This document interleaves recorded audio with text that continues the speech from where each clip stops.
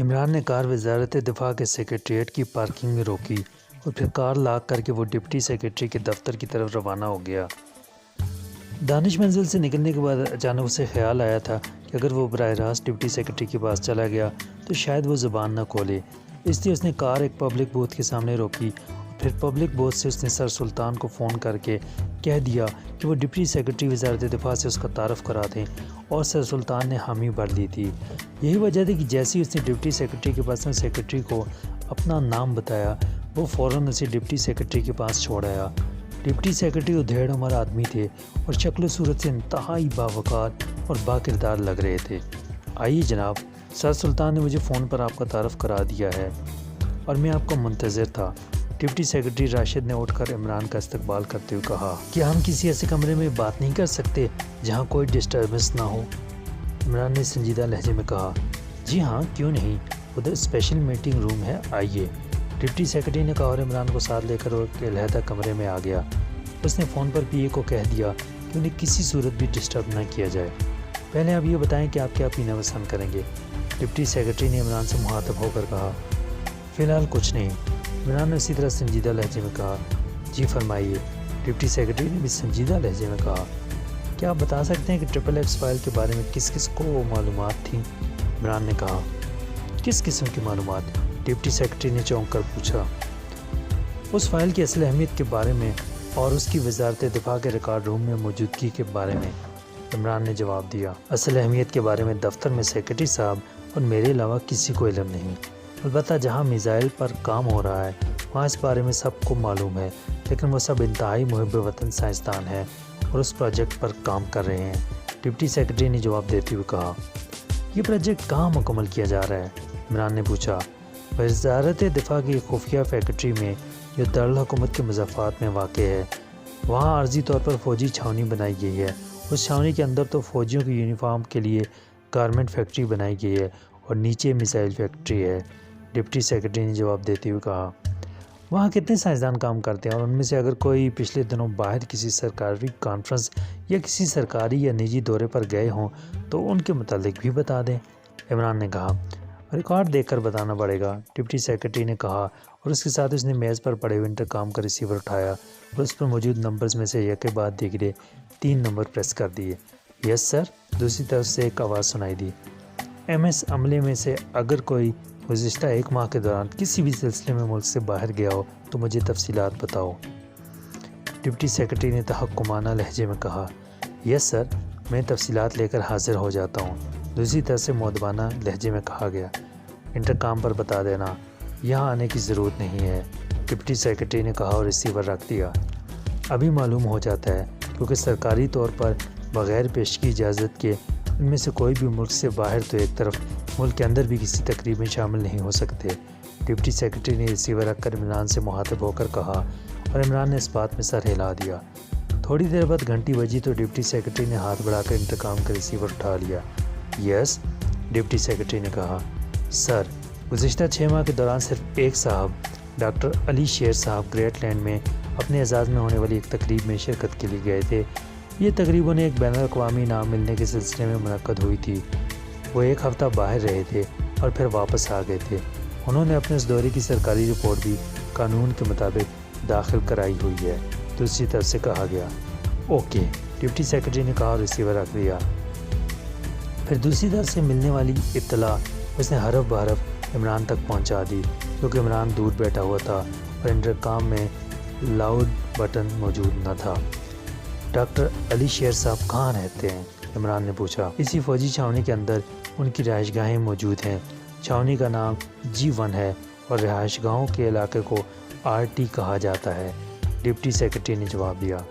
آپ ایسا کریں کہ ڈاکٹر علی شیر کو فون کر کے کہہ دیں کہ وہ لیبارٹری سے اپنی رہائش گاہ پہنچ جائیں، میں وہاں پہنچ کر ان سے ملاقات کرنا چاہتا ہوں اور میرا تعارف بھی ان سے کرا دیں۔ عمران نے کہا، ٹھیک ہے، میں ابھی بات کر لیتا ہوں اور ساتھ ہی آپ کو اسپیشل پاس بھی جاری کرا دیتا ہوں، ڈپٹی سیکریٹری نے کہا اور کرسی سے اٹھ کھڑا ہوا۔ عمران بھی اٹھ کر کھڑا ہو گیا اور پھر وہ دونوں اس میٹنگ روم سے نکل کر واپس آفس میں آ گئے۔ تھوڑی دیر بعد عمران ایک بار پھر کار میں سوار اس مضافاتی چھاؤنی کی طرف بڑھا چلا جا رہا تھا، چونکہ اس کے پاس ڈپٹی سیکریٹری کے ذاتی دستخطوں سے جاری کردہ خصوصی پاس موجود تھا۔ اس لیے اسے کسی رکاوٹ کا سامنا نہ کرنا پڑا اور وہ فوجی چھاونی کے اندر بنی ہوئی انتہائی خوبصورت اور جدید طرز تعمیر کی رہائش گاہوں پر مشتمل علاقے میں داخل ہو گیا۔ اسے بتا دیا گیا تھا کہ ڈاکٹر علی شیر کا کوٹھی نمبر 8 ہے۔ چنانچہ عمران نے کار کوٹھی نمبر 8 کے سامنے روکی اور پھر نیچے اتر کر ستون پر لگی کال بیل کا بٹن پریس کر دیا۔ چند لمحوں بعد چھوٹا پھاٹک کھلا اور ایک نوجوان باہر آ گیا۔ ڈاکٹر علی شیر صاحب سے ملنا ہے، میرا نام علی عمران ہے۔ عمران نے اس نوجوان سے مخاطب ہو کر کہا، میں پھاٹک کھولتا ہوں، آپ کار اندر لے آئیں۔ نوجوان نے کار واپس مڑ گیا۔ عمران دوبارہ ڈرائیونگ سیٹ پر بیٹھ گیا۔ چند لمحوں بعد پھاٹک کھلا اور عمران کار اندر لے گیا۔ پورچ میں ایک کار پہلے سے موجود تھی۔ عمران نے کار اس کے برابر روک دی اور پھر نیچے اتر آیا۔ نوجوان پھاٹک بند کر کے واپس آ گیا اور وہ عمران کو ایک سادہ سے ڈرائنگ روم میں بٹھا کر واپس چلا گیا۔ چند لمحوں بعد دروازہ کھلا اور ایک ڈھیڑ عمر آدمی اندر داخل ہوا۔ اس کے بال آدھے سے زیادہ سفید تھے، آنکھوں پر بھاری فریم کا نظر کا چشمہ لگا ہوا تھا۔ اس نے شرٹ اور پتلون پہنی ہوئی تھی۔ عمران اسے دیکھتے ہی سمجھ گیا کہ یہی ڈاکٹر علی شیر ہو سکتے ہیں۔ چنانچہ وہ ان کے استقبال کے لیے اٹھ کھڑا ہوا۔ تشریف رکھیے، میرا نام ڈاکٹر علی شیر ہے۔ مجھے ڈپٹی سیکرٹری صاحب نے بتایا کہ آپ کا تعلق پاکستان سیکرٹ سروس سے ہے، لیکن میرا سیکرٹ سروس سے کیا تعلق ہو سکتا ہے؟ ڈاکٹر علی شیر نے تعجب بھرے لہجے میں کہا، ڈاکٹر صاحب تعلق تو بنانے سے بنتا ہے۔ میرا نام علی عمران ہے، میں سیکرٹ سروس کے چیف کا نمائندہ خصوصی ہوں۔ عمران نے مسافہ کرتے ہوئے مسکرا کر کہا تو ڈاکٹر علی شیر کے انتہائی سنجیدہ چہرے پر مسکراہٹ ٹھہر گئی۔ آپ کی بات درست ہے، تشریف رکھیے، ڈاکٹر نے کہا اور خود بھی کرسی پر بیٹھ گیا۔ اسی لمحے ڈرائنگ روم کا دروازہ کھلا اور وہی نوجوان اندر داخل ہوا۔ اس نے ٹرے میں مشروبات کی 2 بوتلیں ٹیشو پیپر میں لپیٹی ہوئی رکھی ہوئی تھیں۔ اس نے بڑے مؤدبانہ انداز میں ایک ایک بوتل عمران اور ڈاکٹر علی شیر کے سامنے رکھ دی۔ یہ میرا بیٹا عظیم ہے، یونیورسٹی کا اسٹوڈنٹ ہے، ڈاکٹر علی شیر نے نوجوان کا تعارف کراتے ہوئے کہا اور عمران نے سر ہلا دیا۔ نوجوان باہر چلا گیا۔ عمران نے بوتل اٹھائی اور اسے سپ کرنا شروع کر دیا۔ ڈاکٹر صاحب، آپ کو کوئی بین الاقوامی انعام ملا تھا جس کی تقریب کے سلسلے میں آپ گریٹ لینڈ گئے تھے؟ عمران نے کہا تو ڈاکٹر بے اختیار چونک پڑا۔ اوہ تو یہ بات ہے، اس تقریب سے سیکرٹ سروس کو دلچسپی پیدا ہو گئی ہے۔ ویسے وہاں کوئی ایسی بات ہوئی تو نہیں؟ مجھے سائنس فاؤنڈیشن کی طرف سے میزائل ریسرچ پر انعام دیا گیا تھا۔ یہ انعام سائنس کی دنیا میں کافی بڑا اعزاز سمجھا جاتا ہے۔ اس انعام کے سلسلے میں گریٹ لینڈ میں ایک سائنسی تنظیم نے تقریب کا انعقاد کیا تھا جس میں دنیا بھر سے وہ سائنسدان شامل ہوئے تھے جن کا تعلق میزائل ریسرچ سے ہے۔ اس کا مہمان خصوصی میں تھا، ڈاکٹر علی شیر نے جواب دیا۔ اس رسمی تقریب کے علاوہ بھی تو آپ کی ملاقات دوسرے سائنسدانوں سے ہوتی رہی ہوں گی، آپ وہاں 1 ہفتہ رہے تھے۔ عمران نے کہا، جی ہاں، ملاقاتیں بھی ہوئیں اور مختلف نجی دعوتیں بھی، لیکن آپ یہ سب کچھ آخر کیوں پوچھ رہے ہیں؟ ڈاکٹر علی شیر نے کہا، آپ کو XXX فائل کے بارے میں تو معلوم ہے کہ وہ کس فارمولے کی فائل ہے اور کیسے حاصل کی گئی ہے، اور جس میزائل پر آپ کام کر رہے ہیں اس میں XXX فائل کی کیا اہمیت ہے؟ عمران نے کہا۔ ڈاکٹر علی شیر بے اختیار اچھل پڑا۔ ہاں ہاں بالکل، مجھے معلوم ہے، اور مجھے معلوم نہ ہو تو اور کس کو معلوم ہو سکتا ہے؟ اس سیکشن کا انچارج بھی تو میں ہی ہوں، ڈاکٹر علی شیر نے کہا۔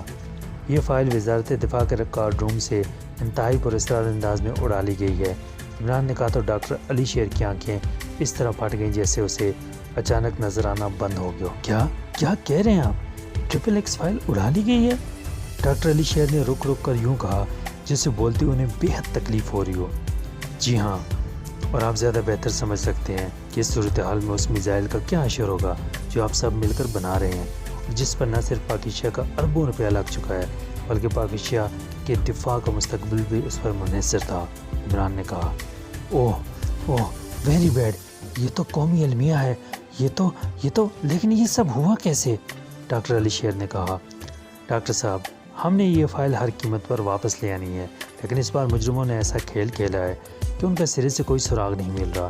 یہ بات تو طے ہے کہ اس فائل کے بارے میں یا تو آپ کی فیکلٹی کے سائنسدان جانتے تھے یا پھر سیکرٹری اور ڈپٹی سیکرٹری وزارت دفاع، اور کسی کو علم نہ تھا، حتیٰ کہ حکومت اقلیمیہ کو بھی علم نہ تھا، ورنہ وہ اسے ویسے ہی دباؤ ڈال کر واپس لے لیتے۔ سوال یہ پیدا ہوتا ہے کہ مجرموں کو کیسے اس بات کا علم ہوا کہ یہ فائل پاکستان میں موجود ہے اور وزارت دفاع کے ریکارڈ روم میں ہے؟ عمران نے انتہائی سنجیدہ لہجے میں کہا۔ جی ہاں، واقعی ہے تو اہم سوال، ڈاکٹر علی شیر نے جواب دیا۔ گزشتہ 1 ماہ کے دوران آپ ملک سے باہر گئے ہیں۔ آپ کے علاوہ آپ کی فیکٹری کا اور کوئی سائنسدان باہر نہیں گیا۔ عمران نے کہا تو ڈاکٹر علی شیر بے اختیار اچھل پڑے۔ ان کے چہرے پر یکلخت انتہائی غصے کے تاثرات ابھر آئے۔ کیا مطلب؟ کیا آپ یہ کہنا چاہتے ہیں کہ میں غدار ہوں؟ میں نے مجرموں کو بتایا ہے، حالانکہ اس فائل کے حصول میں ملٹری انٹیلیجنس کے ایجنٹوں کے ساتھ مل کر میں نے سب سے زیادہ جدوجہد کی تھی، اور حکومت نے اس کے اعتراف میں مجھے سرکاری طور پر ستارہ پاک ایشیا کا تمغہ دیا تھا۔ ڈاکٹر علی شیر نے غصیلے لہجے میں کہا۔ میں آپ کی نیت پر شک نہیں کر رہا ہوں ڈاکٹر صاحب، اگر مجھے شک ہوتا تو اب تک نہ جانے آپ کس قدر خوفناک عذاب سے گزر چکے ہوتے۔ مجھے معلوم ہے کہ آپ ہمارے ملک کے انتہائی محب وطن سائنسدان ہیں، اور میں آپ کی دل سے قدر کرتا ہوں، لیکن یہ بات بھی درست ہے کہ آپ کی کسی نہ کسی بات کی وجہ سے مجرموں تک اس کی اطلاع پہنچی ہے۔ آپ یاد کریں کہ کسی محفل میں کسی بھی آدمی کے ساتھ اس موضوع پر آپ کی بات ہوئی ہو، انتہائی ٹھنڈے دماغ سے سوچئے، یہ ملک و قوم کا مسئلہ ہے، صرف آپ کا، یہ میرا ذاتی مسئلہ نہیں ہے۔ اگر آپ کو یہ بات یاد آ جائے کہ کن لوگوں کے ساتھ یا کن لوگوں کے سامنے یہ بات ہوئی ہے، تو ہم مجرموں تک پہنچ کر وہاں سے فائل واپس لا سکتے ہیں۔ عمران نے انتہائی سنجیدہ لہجے میں کہا تو ڈاکٹر علی شیر کا غصے کی شدت سے بگڑا ہوا چہرہ یکلخت نارمل ہوتا گیا۔ اوہ ہاں، نادانستہ طور پر ایسا ہو سکتا ہے۔ بہرحال وہاں ساری باتیں مزاج سچ کے سلسلے میں ہوتی رہی ہیں، ڈاکٹر علی شیر نے کہا، اور اس کے ساتھ اس نے کرسی کی پشت سے سر ٹکا کر آنکھیں بند کر لیں۔ تھوڑی دیر بعد ڈاکٹر نے ایک جھٹکے سے آنکھیں کھولی، اس کی آنکھوں میں تیز چمک ابھر آئی تھی۔ اوہ، مجھے یاد آ گیا، اس وقت تو میں نہ سمجھ سکا تھا، لیکن اب ساری بات مجھے سمجھ آ رہی ہے۔ ایک ہوٹل کے چھوٹے ہال میں گریٹ لینڈ کے سائنسدان ڈاکٹر برنارڈ نے اچانک ٹرپل ایکس میزائل ٹیکنالوجی کے بارے میں بات شروع کر دی، اور پھر محفل میں موجود سائنسدانوں نے اس پر باتیں کی۔ ان سب کی رائے یہی تھی کہ ٹرپل ایکس ناممکن ہے۔ میرا مطلب ہے کہ اب آپ کو ٹرپل ایکس کیسے سمجھاؤں کہ کیا ہوتا ہے؟ آپ کا تعلق تو سائنس سے نہیں ہے، ڈاکٹر علی شیر نے تذبذب بھرے لہجے میں کہا تو عمران بے اختیار مسکرا دیا۔ ٹرپل ایکس کا مطلب ہے میزائل 100% ٹارگٹ حاصل کرے، یہی مطلب ہے نا؟ عمران نے جواب دیا تو ڈاکٹر علی شیر بے اختیار چونک پڑے۔ او ہاں، آسان لفظوں میں تو یہی کہا جا سکتا ہے۔ بہرحال وہاں موجود تمام سائنسدانوں کی حتمی رائے یہی تھی کہ ایسا ہونا ناممکن ہے، جس پر مجھ سے نہ رہا گیا تو میں نے کہہ دیا کہ نہ صرف ایسا ہونا ممکن ہے، بلکہ ایکڈیمیا نے اس ٹیکنالوجی کو تیار بھی کر لیا ہے، اور ٹرپل ایکس میزائل ان کے خفیہ دفاع میں شامل بھی ہیں۔ اس پر سب نے مجھے یکسر اور انتہائی بے رحمی سے جھٹلا دیا، جس پر مجھے غصہ آ گیا، اور میں نے کہہ دیا کہ عنقریب پاک ایشیا بھی ٹرپل ایکس میزائل کا دھماکہ کرے گا۔ ہم نے بھی ٹرپل ایکس ٹیکنالوجی حاصل کر لی ہے، اور ہم اسے تیار کر رہے ہیں۔ ہمارے پاس ٹرپل ایکس ٹیکنالوجی فائل موجود ہے۔ بس غصے، ضد اور پاک ایشیا کی برتری کے سلسلے میں نہ چاہنے کے باوجود یہ سب باتیں میرے منہ سے خود بخود نکلتی چلی گئیں۔ اس پر ڈاکٹر برنارڈ نے بڑے استہزائی انداز میں کہا کہ پاک ایشیا تو اس فائل کی حفاظت کرنے کا بھی اہل نہیں ہے، وہ ٹرپل ایکس میزائل کیسے تیار کر سکتا ہے؟ اس پر مجھے مزید غصہ آ گیا، اور میں نے بتا دیا کہ یہ فائل انتہائی محفوظ ہے۔ وزارت دفاع کے ریکارڈ روم جس میں یہ فائل موجود ہے، وہاں سے کسی طور پر بھی فائل نہیں اڑائی جا سکتی۔ اس کے بعد موضوع بدل گیا یا بدل دیا گیا، پھر محفل برخاست ہو گئی اور میں اپنی رہائش گاہ پر واپس چلا آیا۔ اس کے بعد ڈاکٹر برنارڈ سے دوبارہ ملاقات ہی نہ ہوئی، اور میرے ذہن سے بھی سب کچھ اتر گیا۔ اب آپ نے بات کی ہے تو یہ سب کچھ میرے ذہن میں تازہ ہوا ہے، ڈاکٹر علی شیر نے کہا تو عمران کی آنکھوں میں چمک ابھر آئی۔ اس ہوٹل میں اور کون کون تھا؟ عمران نے پوچھا۔ ڈاکٹر برنارڈ کے دوست ہی تھے، بہرحال گریٹ لینڈ کے ہی سائنسدان، باہر کا کوئی آدمی نہ تھا سوائے میرے، ڈاکٹر علی شیر نے کہا۔ کیا اس سے پہلے ڈاکٹر برنارڈ سے اس موضوع پر آپ کی بات ہوئی تھی؟ ڈاکٹر برنارڈ سے؟ ہاں، تقریب کے دوران بس ایسی سرسری طور پر بات ہوئی تھی، بہت مختصر سی، کسی سائنسی ترکیب پر بات ہوئی تھی، لیکن یہ گفتگو بے حد مختصر تھی، ڈاکٹر علی شیر نے کہا۔ ڈاکٹر برنارڈ صاحب کا کوئی پتہ تاکہ ہماری ان سے ملاقات ہو سکے یا فون پر بات ہو سکے؟ وہ گریٹ لینڈ کی میزائل بنانے والی ایک سرکاری فیکٹری کی انچارج ہیں۔ بظاہر یہ فیکٹری الیکٹرانک کھلونے بنانے کا کام کرتی ہے اور پوری دنیا میں مشہور ہے۔ ڈاکٹر برنارڈ اس کا ڈائریکٹر جنرل ہے، لیکن در پردہ وہاں میزائل بنانے کا کام ہوتا ہے، اس ٹوائی کمپنی کے آفس میں ڈاکٹر برنارڈ سے ملاقات ہو سکتی ہے۔ ڈاکٹر علی شیر نے کہا، اوکے، بہت شکریہ۔ اب آپ نے ایک کام کرنا ہے کہ آپ نے کسی سے ان باتوں کا ذکر نہیں کرنا اور نہ ہی ڈاکٹر برنارڈ سے فون پر کوئی بات کرنی ہے۔ اگر ان مجرموں کو ذرا سا بھی شک ہو گیا کہ آپ نے اس موضوع پر سیکرٹ سروس سے کوئی بات کی ہے تو پھر آپ کی زندگی بھی خطرے میں پڑ جائے گی۔ عمران نے اٹھتے ہوئے کہا، میں خیال رکھوں گا۔ ڈاکٹر علی شیر نے جواب دیا تو عمران ان سے اجازت لے کر ڈرائنگ روم سے باہر آیا اور تھوڑی دیر بعد اس کی کار تیزی سے دانش منزل کی طرف اڑی جا رہی تھی۔ ایک اہم کلیو ہاتھ آ گیا تھا اور وہ اب گریٹ لینڈ میں پاک ایشیا سیکرٹ سروس کے فورن ایجنٹ کے ذریعے اس ڈاکٹر برنارڈ کو چیک کرنا چاہتا تھا کہ فائل اس تک پہنچ گئی ہے یا نہیں۔ ادھیڑ عمر آدمی دروازہ کھول کر کمرے میں داخل ہوا ہی تھا کہ میز پر رکھی ہوئی فون کی گھنٹی بج اٹھی۔ وہ آگے بڑھ کر میز کے ساتھ موجود کرسی پر بیٹھ گیا اور پھر اس نے اطمینان سے ہاتھ بڑھا کر ریسیور اٹھا لیا۔ یس، واسکر بول رہا ہوں۔ ادھیڑ عمر کے لہجے میں سختی تھی۔ راجر بول رہا ہوں باس۔ دوسری طرف سے ایک کرخت آواز سنائی دی۔ اوہ راجر، تم؟ کیا رہا مشن کا؟ واسکر نے چونک کر تیز لہجے میں پوچھا۔ کامیابی باس، وہ دونوں ختم ہو چکے ہیں، دوسری طرف سے کہا گیا۔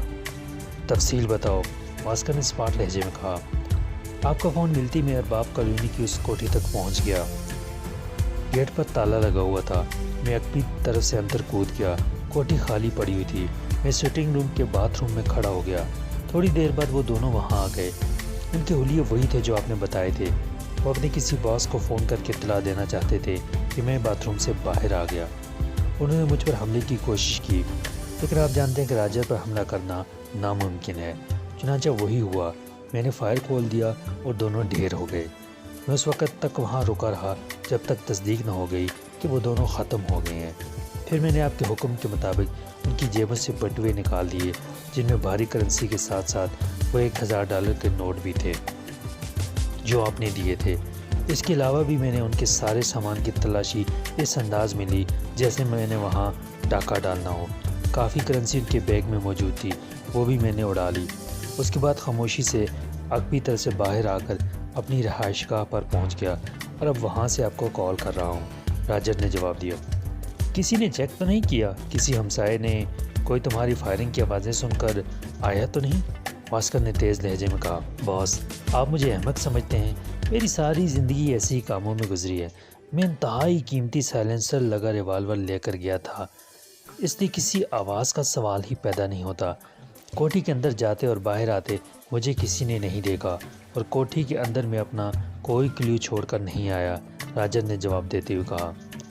تم ایسا کرو کہ وہ خصوصی نوٹ مجھے پہنچا دو، باقی کرنسی تم رکھ لو، واسکر نے کہا اور ہاتھ بڑھا کر کریڈل دبا دیا اور ٹون آنے پر تیزی سے نمبر ڈائل کرنے شروع کر دیے۔ یس، AS کارپوریشن۔ رابطہ قائم ہوتی ایک نسوانی آواز سنائی دی۔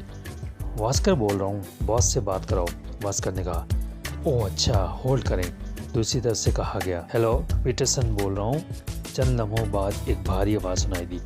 واسکر بول رہا ہوں باس، واسکر نے قدرے مؤدبانہ لہجے میں کہا۔ اوہ یس، کیا رپورٹ ہے؟ دوسری طرف سے چونک کر پوچھا گیا۔ فائل مجھے مل گئی ہے، کلیو بھی ختم کر دیا گیا ہے، اب کیا حکم ہے؟ واسکر نے جواب دیا۔ تفصیل بتاؤ، دوسری طرف سے کہا گیا۔ رام کے مطابق میں نے مینیجر فوسٹر کو اس کے دفتر میں چھوڑا اور خود فوسٹر بن کر نیچے اس کے خاص دفتر میں پہنچ گیا۔ کاؤنٹر پر کہہ دیا گیا کہ فوسٹر خصوصی دفتر میں ہے، اس لیے اگر کوئی اس سے ملنے آئے تو اسے خصوصی دفتر میں بھیج دیا جائے۔ اس کے بعد رچرڈ ایک سوئز نژاد نوجوان کے ساتھ آیا۔ تمام کوڈ دہرائے گئے۔ میں نے اس سے فائل لے لی اور اسے مخصوص نوٹ دوسرے نوٹوں کے ساتھ دے دیا۔ پھر میں نے دوستانہ انداز میں ان سے ان کی رہائش گاہ کے بارے میں تفصیلات حاصل کر لیں۔ جب وہ چلے گئے تو میں نے راجر کو فون کر کے کہہ دیا کہ وہ ان کی رہائش گاہ پر ان سے پہلے پہنچ جائے اور انہیں ہلاک کر کے ان کی جیب سے وہ مخصوص نوٹ حاصل کر لے اور وہاں اس طرح کے حالات پیدا کر دے جیسے ڈاکہ پڑا ہو۔ چونکہ اتفاق سے ان کی رہائش گاہ بھی اسی کالونی میں تھی جس میں راجر کی رہائش گاہ ہے، اس لیے راجر ان کے وہاں پہنچنے سے پہلے پہنچ گیا اور اس نے حکم کی تعمیل کر دی ہے۔ اب ہم تک فائل پہنچنے کا کلیو مکمل طور پر ختم ہو چکا ہے، واسکر نے جواب دیا۔ گڈ، تم فائل کو فوراً گریٹ لینڈ کے سفارت خانے میں اسپیشل سیکرٹری مادام فلاور کو پہنچا دو۔ تم نے اسے صرف اتنا کہنا ہے کہ یہ فائل فوسٹر نے بھیجی ہے، لیکن فائل تم نے خود جا کر اس کی رہائش گاہ پر دینی ہے، دوسری طرف سے کہا گیا۔ ٹھیک ہے، لیکن باس، رچرڈ اور اس کے ساتھی کے اس طرح قتل ہونے پر ہائی ٹاور کا چیف راجر یہ بات سمجھ نہیں جائے گا کہ انہیں ہم نے ختم کر دیا ہے؟ ایسا نہ ہو کہ وہ ہمارے بارے میں انتقامی کارروائی کرتے ہوئے حکومت پاکیشیا کو مخبری کر دے۔ واسکر نے کہا، اوہ ایسی کوئی بات نہیں، یہ سب کچھ اس سے پہلے طے کر لیا گیا تھا۔ اس کے 2 آدمیوں کی زندگیوں کی قیمت اس سے پہلے عطا کر دی گئی تھی۔ ایسی تنظیموں میں افراد کی کوئی اہمیت نہیں ہوتی، اصل اہمیت کام اور دولت کی ہوتی ہے۔ راجر کے ان دونوں آدمیوں کے عوض جتنی دولت اس نے ہم سے حاصل کر لی ہے، اس سے وہ پوری نئی تنظیم بنا سکتا ہے۔ تم اس بات کی فکر نہ کرو، تمہیں اس فائل کی اہمیت کا اندازہ نہیں ہے۔ اس فائل کے بدلے میں حکومت گرینٹ لینڈ اپنا آدھا ملک بھی فروخت کر سکتی ہے۔ پیٹرسن نے کہا، اوہ پھر ٹھیک ہے باس، میں اس مادام فلاور سے بات کرتا ہوں۔ واسکر نے مطمئن لہجے میں کہا، ٹھیک ہے، لیکن سارا کام انتہائی احتیاط اور ہوشیاری سے ہونا چاہیے۔ پیٹرسن نے جواب دیا اور اس کے ساتھ ہی رابطہ ختم ہو گیا۔ واسکر نے ایک طویل سانس لیتے ہوئے کریڈل دبا دیا۔ ٹون آنے پر اس نے فون پیس کے نیچے موجود ایک بٹن کو پریس کر دیا۔ اس سے فون جو براہ راست تھا اس کا تعلق ہوٹل ایکسچینج سے ہو گیا۔ یس سر، آپریٹر کی مؤدبانہ آواز سنائی دی۔ واسکر بول رہا ہوں، گریٹ لینڈ سفارت خانے کی اسپیشل سیکرٹری مادام فلاور سے میری بات کراؤ۔ واسکر نے کہا، یس سر، دوسری طرف سے کہا گیا اور واسکر نے ریسیور رکھ دیا۔ تھوڑی دیر بعد گھنٹی بجی تو اس نے ہاتھ بڑھا کر ایک بار پھر ریسیور اٹھا لیا۔ یس، واسکر بول رہا ہوں، واسکر نے کہا۔ مادام فلاور سے بات کریں۔ دوسری طرف سے ہوٹل ایکسچینج آپریٹر کی آواز سنائی دی۔ ہاں، بات کراؤ، واسکر نے کہا اور اس کے ساتھ اس نے فون پیس کے نیچے لگا ہوا بٹن پریس کر کے فون کو ڈائریکٹ کر دیا تاکہ آپریٹر ان کے درمیان ہونے والی بات چیت نہ سن سکے۔ ہیلو، فلاور بول رہی ہوں، ایک نسوانی آواز سنائی دی، لہجہ بے حد مترنم تھا۔ ہوٹل سی ویو سے واسکر بول رہا ہوں، مجھے ہدایت کی گئی ہے کہ ایک فائل جو فوسٹر نے بھجوائی ہے آپ تک پہنچا دوں۔ واسکر نے کہا، اوہ اچھا، ضرور۔ دوسری طرف سے چونک کر کہا گیا، یہ ہدایت بھی کی گئی ہے کہ یہ کام آپ کی رہائش گاہ پر ہونا چاہیے۔ واسکر نے کہا، ٹھیک ہے، تم آ جاؤ، میں رہائش گاہ پر جا رہی ہوں۔ میری رہائش گاہ سفارت خانے کی حدود میں نہیں ہے، بلکہ میں زیڈ ٹاؤن کی کوٹھی نمبر 535A بلاک میں رہتی ہوں۔ تم آدھے گھنٹے بعد آ جانا، اس دوران میں پہنچ جاؤں گی۔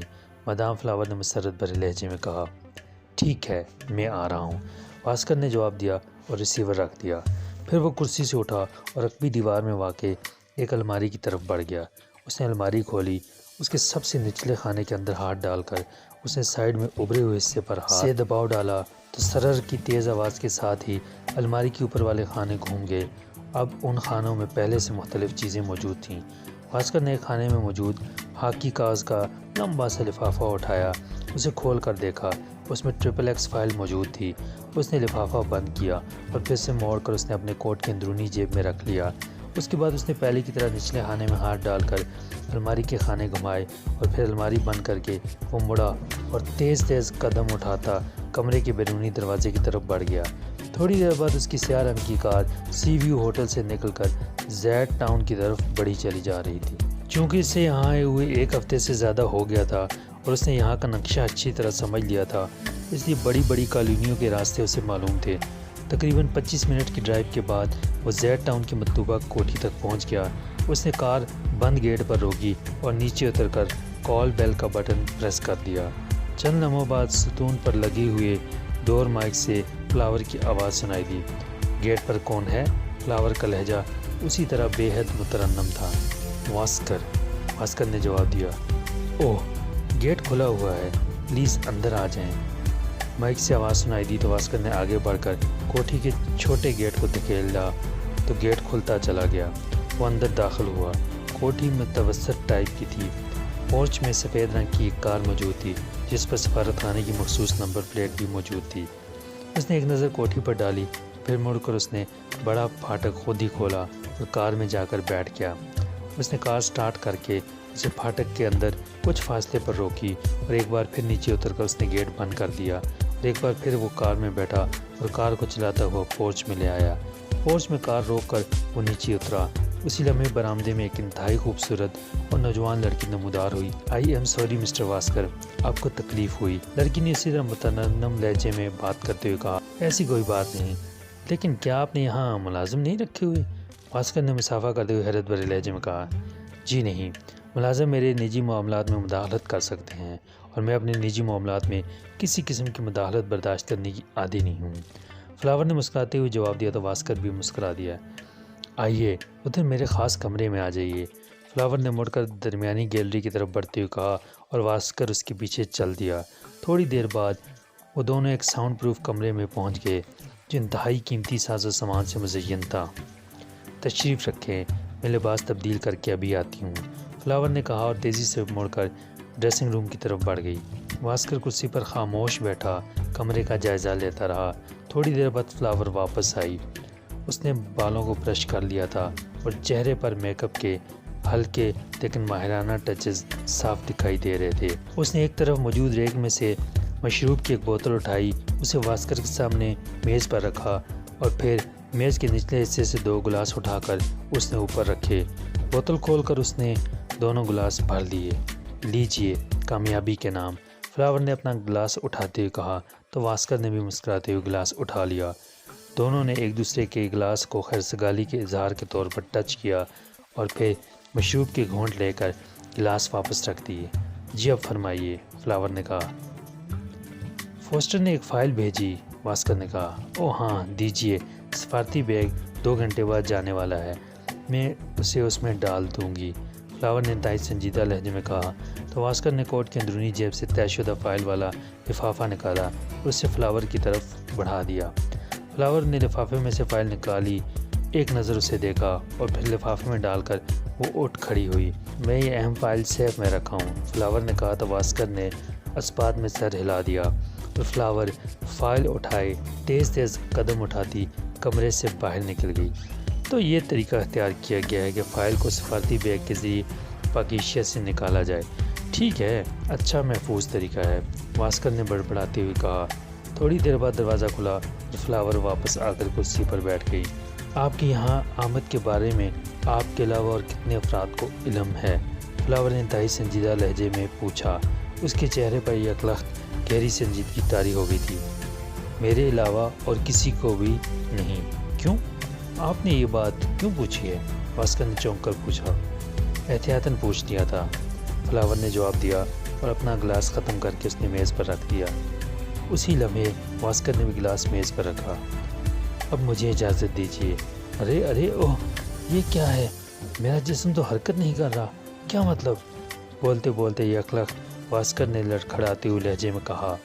اسے واقعی اچانک احساس ہوا تھا کہ اس کا جسم ساکت ہو گیا ہے۔